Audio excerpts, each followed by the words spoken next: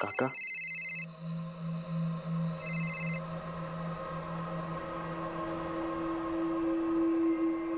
हा भाऊ काका. सारंग, अरे तुझे वडील तिकडे येतात. दादा तुझ्याकडे तिकडे यायला निघालाय. आणि अरे त्याच्या ह्याच्यात फारच हे झालंय, त्याच्या डोक्यात फार हेच भरलंय, नुसता हे संताप. हा अरे तू तू तो हा नाही का ते हे अरे नाही का गायत्री, तू सांग मला ना काही सुचत नाहीये. हॅलो दादा, ते खूप चिडलेत रे. आणि खूप लोक बरोबर सांगते ना. हा, आणि खूप जण आहेत बरोबर. आणि त्यांचा मोठा घातपात करायचा विचार आहे. तू तिथून कुठेतरी जा निघून. हॅलो दादा, तू सगळ्यांना घेऊन लांब कुठेतरी निघून जा. हा, तिथे नको थांबूस. नाही गायत्री, आज पळालो ना तर मला आयुष्यभर पळावं लागेल.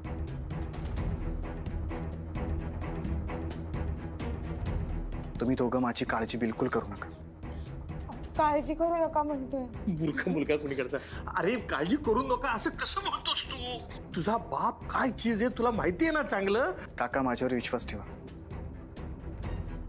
दादा इथे येत आहेत ना, तर त्यांना येऊ द्या.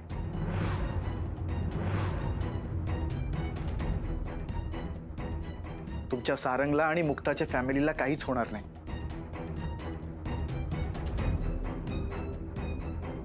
तुम्ही बिनधास्त राहा आणि गायत्रीला शांत करा, नाहीतर तिला पुन्हा त्रास होईल.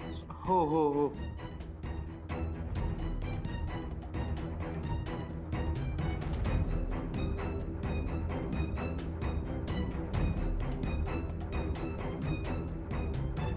मोठे मालक स्वतः इथं येऊ राहिले. आता काय करायचं?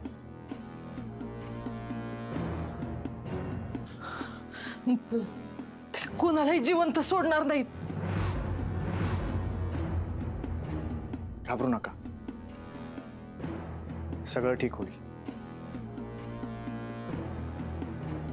माझ्याकडे एक प्लान आहे.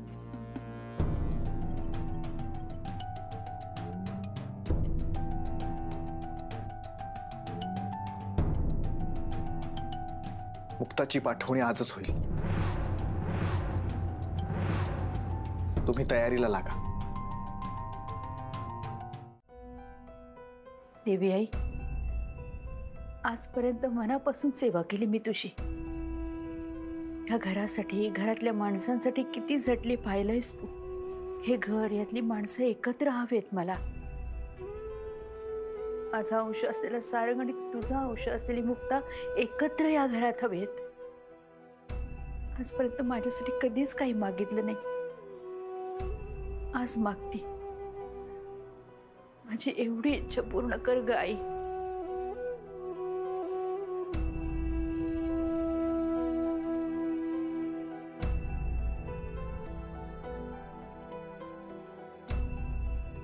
आई, सारी तुझीच करणी, सारा तुझाच खेळ. तूच ठरवलंस, तूच घडवलंस, तूच इथवर घेऊन आलीस. रावसाहेबाची ताकद किती बी मोठी असू दे, त्याला किती बी जोर लावू दे, तरी बी सारंगला आणि मुक्ताला सही सलामत घरापातूर तूच घेऊन येणार आहेस. आई, तू मांडलेला डाव असा अर्ध्यात मोडू शकत नाहीस. वाट बघतीये आम्ही. आई, वाट बघतीये ग.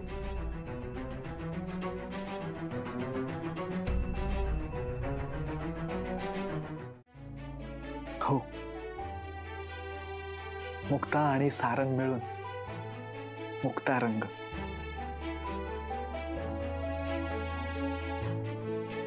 म्हणजेच मुक्त रंग.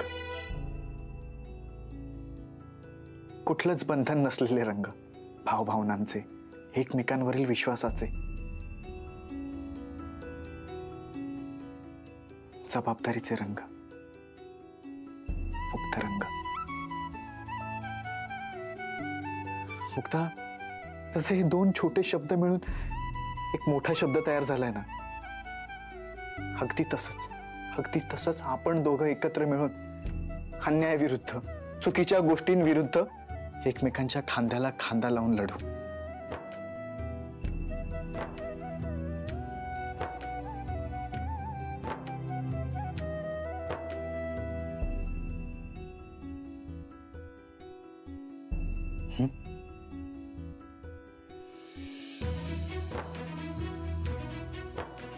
मी तयार आहे.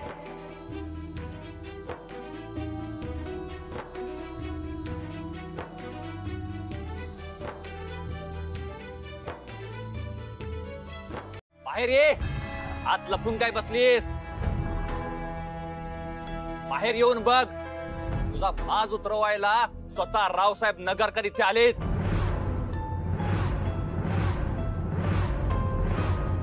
तू तुझ्या हाताने तुझ्या कुटुंबाचा जीव धोक्यात घातलायस.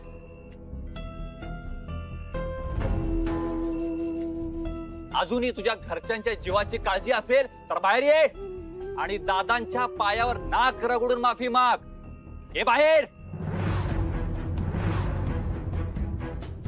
नाहीतर तुझ्या घराची होळी करून टाकू आम्ही. घराचं स्मशान करून टाकू.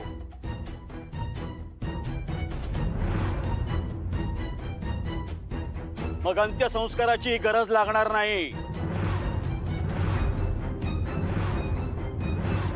मुक्ता बाहेर ये. नाहीतर या जळत्या मशाली तुझ्या घरावर पडल्यास म्हणून समाज.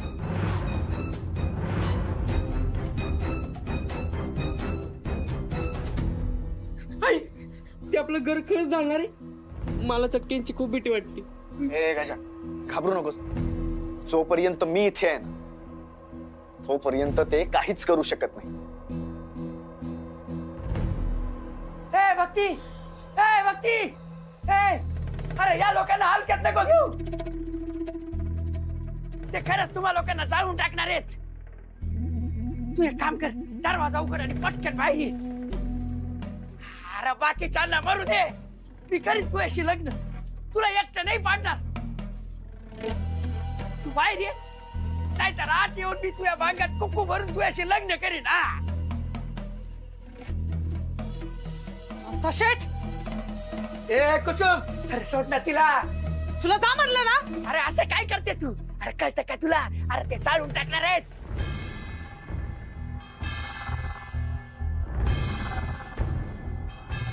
ए कुसुम, अरे मारलं रे.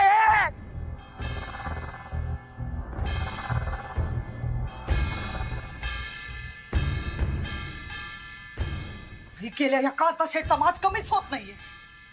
दुसऱ्याच्या चितीवर आपली पोळी भाजून घ्यायला पाहतो. एवढ्या या पाय लावून पळाला तरी परत आलाच. याला घोळक्याचं बळ मिळालंय. दुसरं काय? आज मी मेले तरी चालेल, पण आता याला अजिबात जिवंत सोडणार नाही. तू शांत हो. असं डोकं खरं नेऊन कसं चालत? हो, बरोबर म्हणते मुक्ता. आपल्याला काहीच चूक करून चालणार नाही. मी जो डाव आखलाय त्यासाठी फक्त थोडा वेळ थांबा. वा रे वा. बाप, हड्याच्या माणसांकडून स्वतःच्या पोटच्या पोऱ्याला मारायला लावताय. काळी जिंकून आलात का काय? बस झाली तुझी नाटकं. बाप आणि मुलामध्ये वैर निर्माण केलंस तू. हे सगळं तुझ्यामुळे झालं.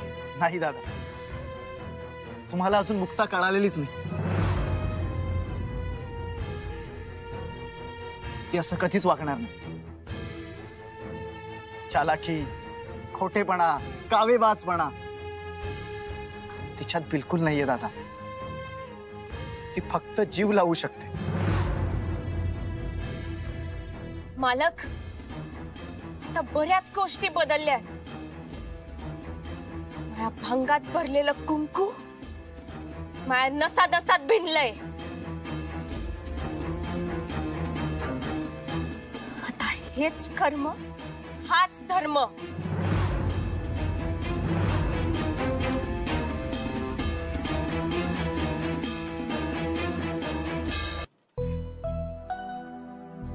आम्ही दोघे एक आहोत दादा. मुक्ता आणि सारंग कधीच मुक्त रंग झालेत.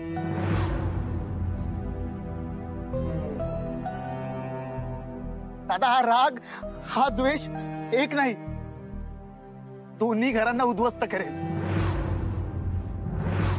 दादा, दादा, माझ्यासाठी हे सगळं सोडून द्या आणि मुक्ताला तुमची सून म्हणून स्वीकारा. तिला सन्मानाने आपल्या घरी घेऊन चला दादा. मुक्ता, दादांच्या पायावर त्यांचे आशीर्वाद घे.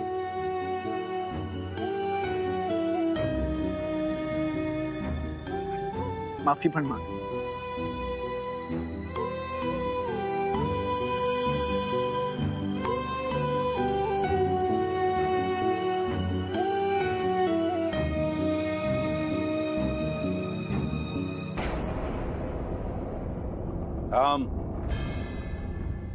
तू इतकी पाप केलेली आहेस ना की तुझ्यासाठी माझ्याकडे ना माफी आहे ना आशीर्वाद आहे, फक्त शिक्षा. तुला शिक्षा झालीच पाहिजे.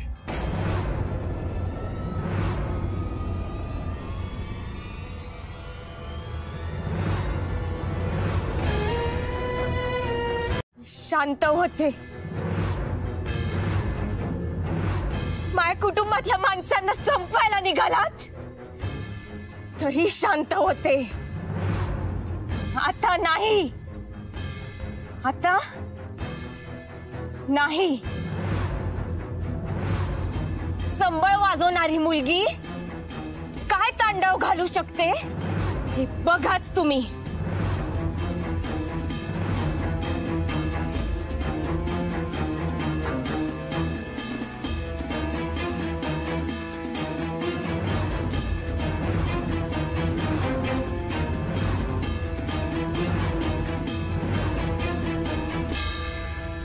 काय जाळून टाका.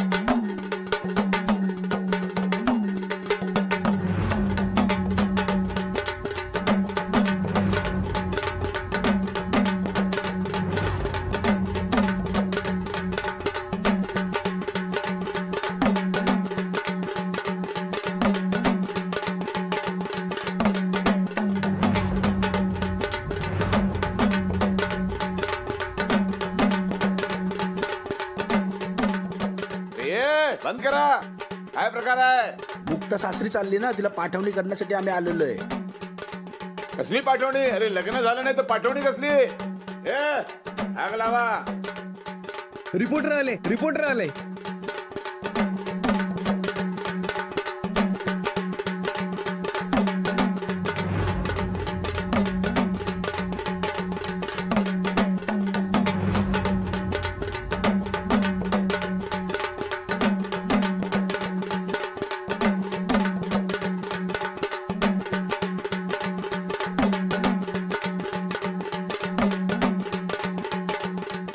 आणि हे यांच्या मुलाचं म्हणजेच माझं लग्न एका गरीब सामान्य संबळ वाजवणाऱ्या मुलीशी करून देणार आहेत.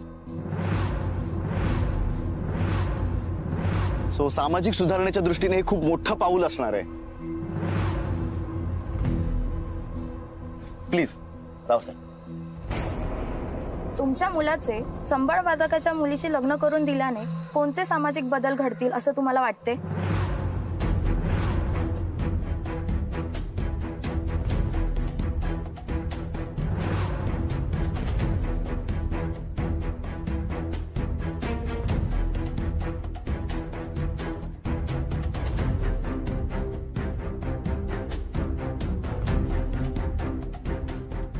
आता चांगली चाल खेळलात तुम्ही दोघं.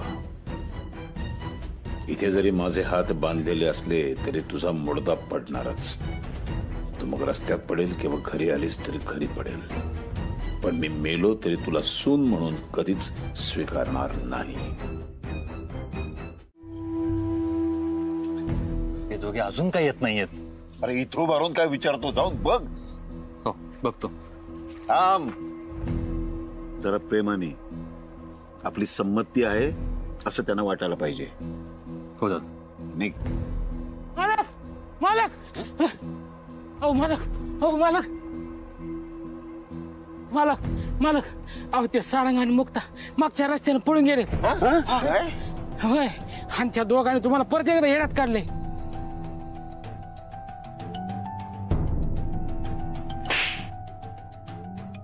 अयो अयो.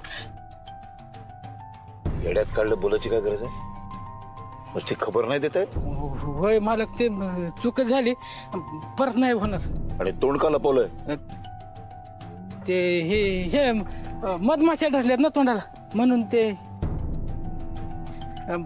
मी येतो मालक, त्यांना पाहून येतो. अयो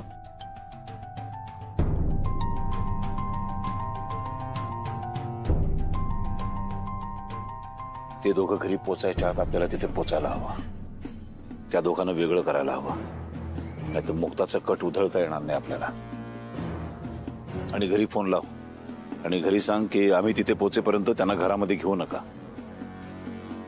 लगेच फोन करतो. काय सांगतो, गृहप्रवेश करू नका त्यांचा. अरे गृहप्रवेश फार दूरची गोष्ट आहे, उंबऱ्यापर्यंत पण ते पोचले नाही पाहिजे. हो असं सांग. हो सांगतो. हा, आणि त्यांचं काही ते निस्तर. आणि मग तुम्ही नंतर या. चल गाडी काढ.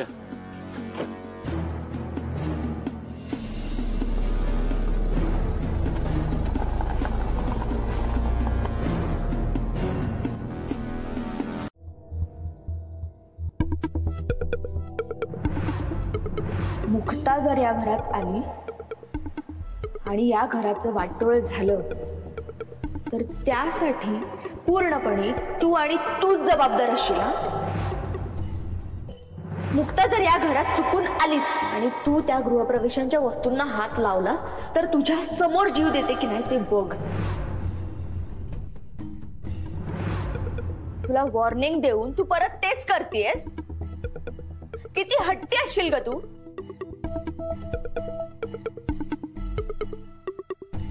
हे बघ, कान उघडे ठेवून परत आहे का. तू जर गृहप्रवेशासाठी बाहेर आलीस तर दादांची शपथ घेऊन सांगते, मी हे घर सोडून कायमची निघून जाईन. आणि तुला चांगलंच माहितीये की दादांची शपथ मी कधीच खोटी घेत नाही. एकतर मुक्ता नाहीतर मी.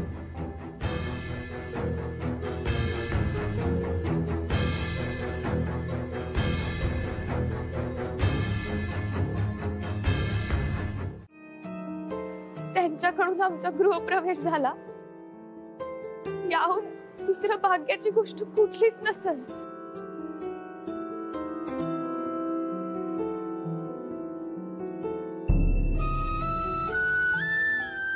पण गृहप्रवेशाला आजी सोबत मोठी आई असते तर. वय ग, तिची पण लई इच्छा होती, पण या रक्ताच्या नात्याने तिला कोंडून टाकले ग.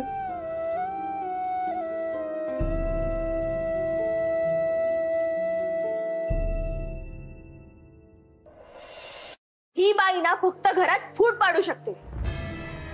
जेव्हा जेव्हा घरात आग लावायची असते ना, तेव्हा तेव्हा ही तिच्या खोली बाहेर येते. डोक्यात राग आणि मनात आग ठेवून प्रत्येकाकडे बघशील ना तर चांगुलपणात देखील वाईटपणाच दिसणार. ही जी समोर उभी आहे ना, ती खरी लक्ष्मी आहे. आई भवानीचं रूप आहे ही मुक्ता.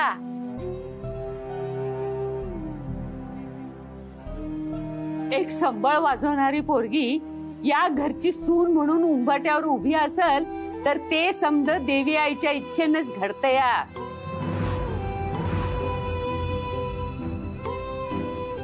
तर तुमच्या कुणाच्या डोक्यात काय बी शिरना.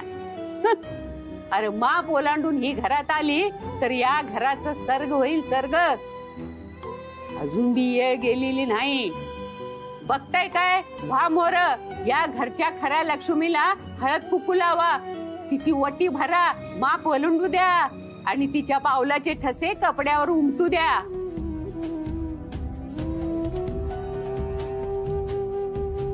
मोठ्या मानानं तिला घरात घ्या.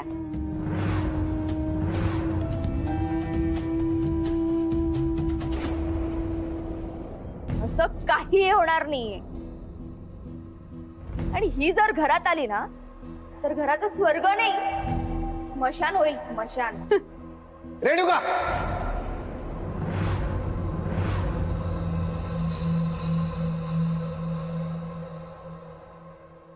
ए जाऊ दे गाची. आम्हाला ना ह्या कोणाकडून काही अपेक्षाच राहिल्या नाहीये.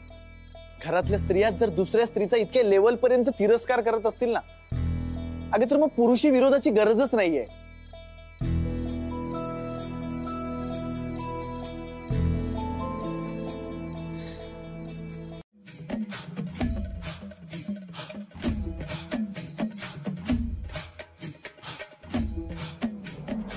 संभळ हा अभिमान आहे. माई कला, माई ओळख आहे हा संभळ.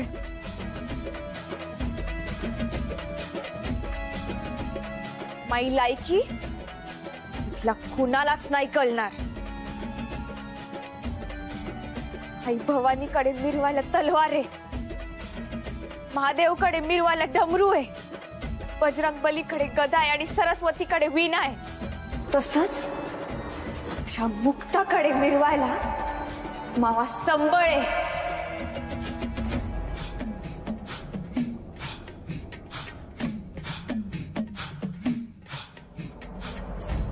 याचा नाद देवांना माणसांच्या अंगात घुसून नाचायला लावतो. याची तडतड चांगल्याला वाईटाविरुद्ध गोंधळ घालायला लावतो. ती बोलते इथे उभं राहिल्यापासून ती आई मायाकडे अपेक्षाने पाहतीये. तिची मुक्ता संबळ कधी वाजवण तिची वाट पाहते. आज मी माया आईसाठी वाजवणार. ती आमच्या लग्नाच्या आनंदात नक्की नाचणार.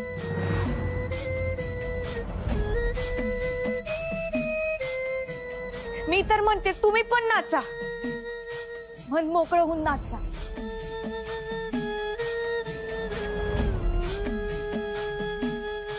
कुणाच्या तरी भीतीनं दाबून राहिलेल्या इच्छा,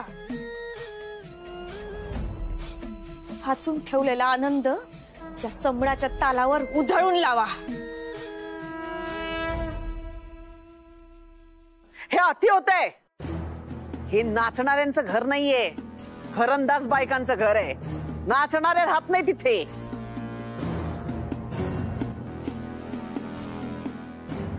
होय, पण त्या फक्त रावसाहेबांच्या तालावर नाचत्यात.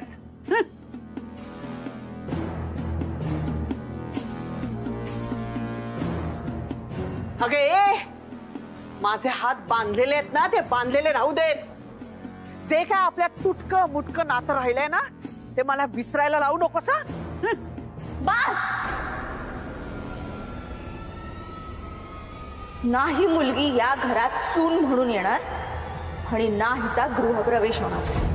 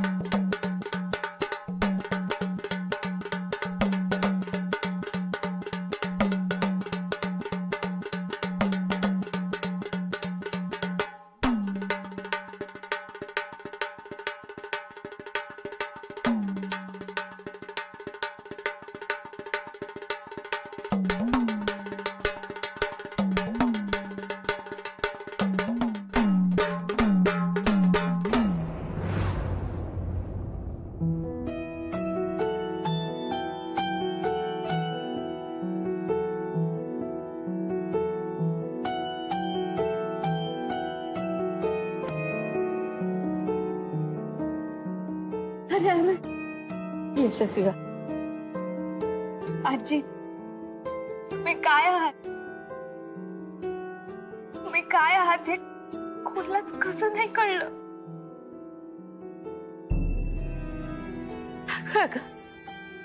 अगं पाया काय पडतेस? तुझी जागा पायात नाही, इथं काळजात आहे.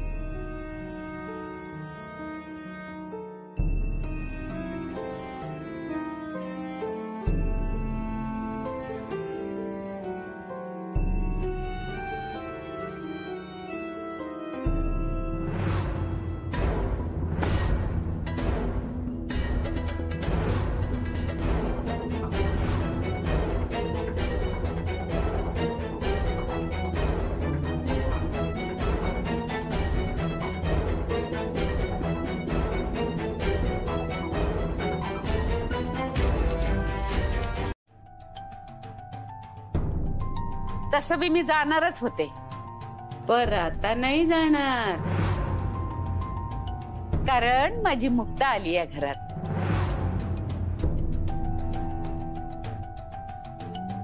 तू म्हणतोस तसं मी माझ्या खोलीत कोंडून बी घेईन, 4 भिंतीच्या दार खिडक्या समद्या बंद करून डांबून घेईन.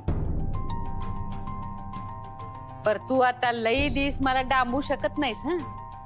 कारण ही मुक्ता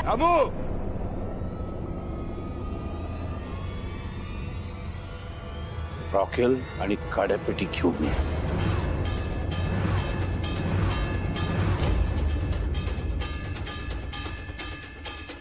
काय कान फुटले काय? हो जातो दादा.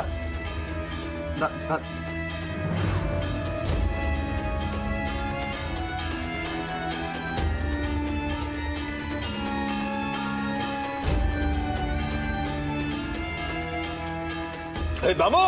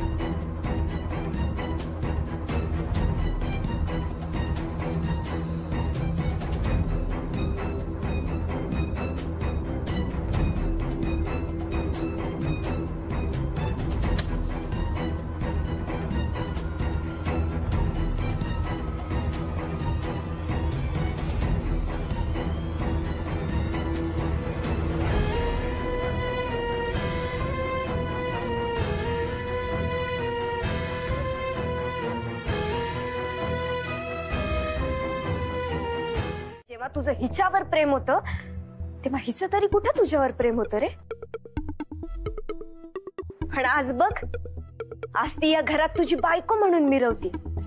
मी तुला गॅरंटीने सांगते सारंग, ही मुलगी जर नवरात्रीत आपल्या घरी नसती ना, तर आज आपला साखरपुडा झाला असता. आणि तू असंच मला बायको म्हणून मिरवलं असतस. त्यामुळे तू माझ्या स्वप्नांबद्दल तर काही बोलूच नकोस. खरंय ग बाळा, खरंय. अरे बघ, मी स्वतः सांगते ना, मी स्वतः सुद्धा तुमच्या लग्नाची स्वप्न बघत होते. आणि आता काय बघते मी हे डोळ्यांनी? हा, यापेक्षा माझे डोळे फुटले का नाही? वंश शांत व्हा, शांत व्हा.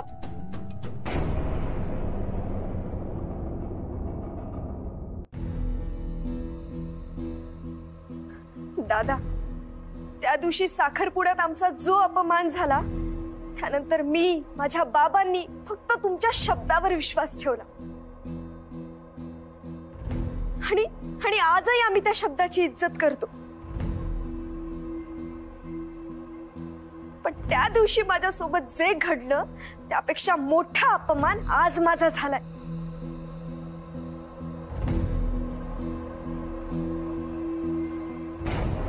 बरोबर आहे तुझं, अपमान तर झालाच आहे.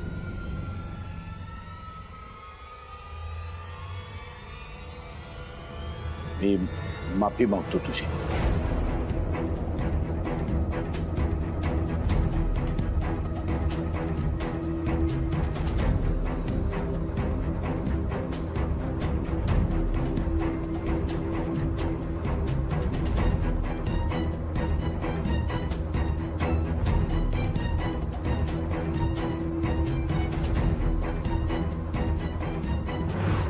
आनंद झाला ना तुला? माझ्यापेक्षा वयाने लहान असलेल्या मुलीसमोर हात जोडून माफी मागितली मी. हेच हवं होतं ना तुला?